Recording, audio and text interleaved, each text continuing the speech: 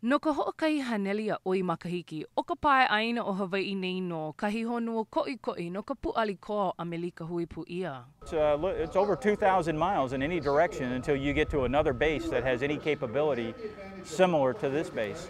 A ʻOlelo ana e ulu a hua mai ke ia honua puʻali koa nui o ke koʻikoʻi, me ka pā ʻole o ko kākou Hawaii ana. The cultural landscape was not removed, it was buried. So in other words, that cultural landscape is still here. The challenging thing is allowing people to see what cannot be seen.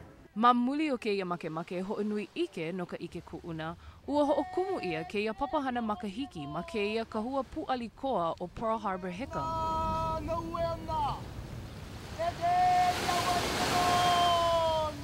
We only see the festival, the socializing. There is a political aspect to that, and it was facilitation, communicating, and a sense of unification. A he pili maoli no keia manaʻo kuʻuna o ka hoʻolokahi ana I ka poʻe, I keia poʻaia pili kiko I. We are bonded together and we feel strongly that we need to understand and support the culture of the Hawaiian people. I don't blame the children of today for the sins of their parents. We are different people.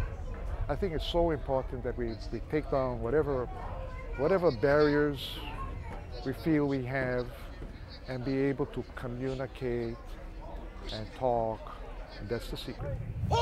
O wau no keia o Imi Kalili no Sunrise ma Hawaii News Now. Aloha.